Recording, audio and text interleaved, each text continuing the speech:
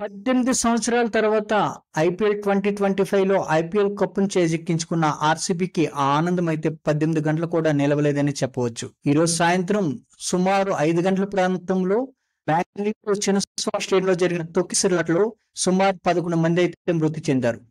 RCB టీంని గౌరవిస్తూ ఆ రాష్ట్ర ప్రభుత్వం తలింపు పెట్టిన విక్టరీ పెరేడ్ లో అయితే తొక్కిసలాట్లు అయితే జరిగింది. ఈ తొక్కిసలాట్లో 4 మహిళలు, 6 యువకులు, ఒక బాలుడు అయితే మృతి చెందినట్లు సమాచారం. మృతుల కుటుంబాలకి కర్ణాటక సీఎం సిద్ధరామయ్య, అట్లాగే డిప్యూటీ సీఎం శివకుమార్ అయితే సంతాపం అయితే వ్యక్తం చేశారు.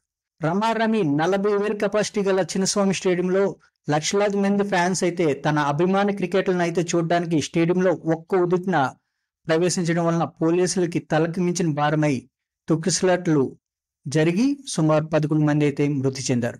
సుమారు 50 మంది అయితే గాయపడినట్లయితే సమాచారం. మృతుల సంఖ్య ఇంకా పెరగవచ్చని ప్రాథమిక సమాచారం. Thank you for watching this video. Thank you.